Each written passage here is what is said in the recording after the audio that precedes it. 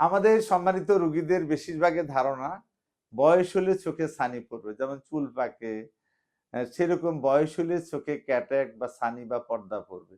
কিন্তু আমাদের অনেক শিশুদের ক্ষেত্রে আমরা বলি, দেখি এবং জন্মগত ছানি নিয়েও আমাদের পৃথিবীতে সন্তান ভূমিষ্ঠ হয়।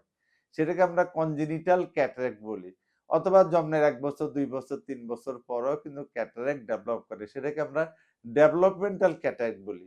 যাই হোক, এটা বয়স্ক রোগীর ছানি একটু দেরি করে অপারেশন করলেও কোনো অসুবিধা হয় না, কিন্তু কনজেনিটাল ক্যাটারাক্ট যাদের, মানে জন্মগত ত্রুটির কারণে যে ছানিটা বা ক্যাটারাক্ট নিয়ে শিশু ভূমিষ্ঠ হয়, তার ছানিটা যত তাড়াতাড়ি সম্ভব পরিষ্কার করে নিতে হবে বা অপারেশন করে নিতে হবে, না হলে তার দৃষ্টি হারিয়ে যাওয়ার সম্ভাবনা থাকে বা দৃষ্টির স্বল্পতা থাকে।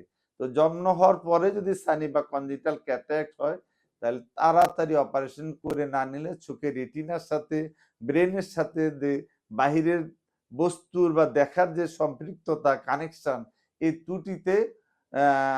ত্রুটি থেকে যাবে, স্বচ্ছতা থাকবে না। সেজন্য এই শিশুদের ক্ষেত্রে যত দ্রুত সম্ভব ছানি অপারেশন করে নেওয়াটাই বুদ্ধিমানের কাজ বা উত্তম।